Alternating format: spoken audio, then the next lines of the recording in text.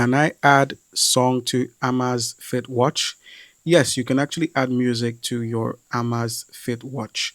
The first step is to install and open up the Zeep app. So to do this, make sure your Amazfit watch is paired with the Zeep app on your phone. So open up the Zeep app, tap on your profile, and then select your Amazfit watch. Once you've done that, you can now open up the music settings. So scroll down to the music section and tap app settings and select music. For many as Amazfit models, the path is the zip, then your profile, then your watch, then app settings, then music.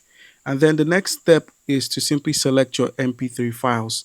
So choose the songs you actually want to transfer. So tap on add music or upload music, browse your phone storage and select the MP3 files you'd like to send. Once you've done this, go ahead and begin the upload and keep the phone close to your watch by tapping on upload and waiting for the transfer to finish. Make sure Bluetooth is enabled on both sides, being the Amazfit watch and your mobile device, and then follow any prompts to connect to a temporary Wi-Fi hotspot if showed.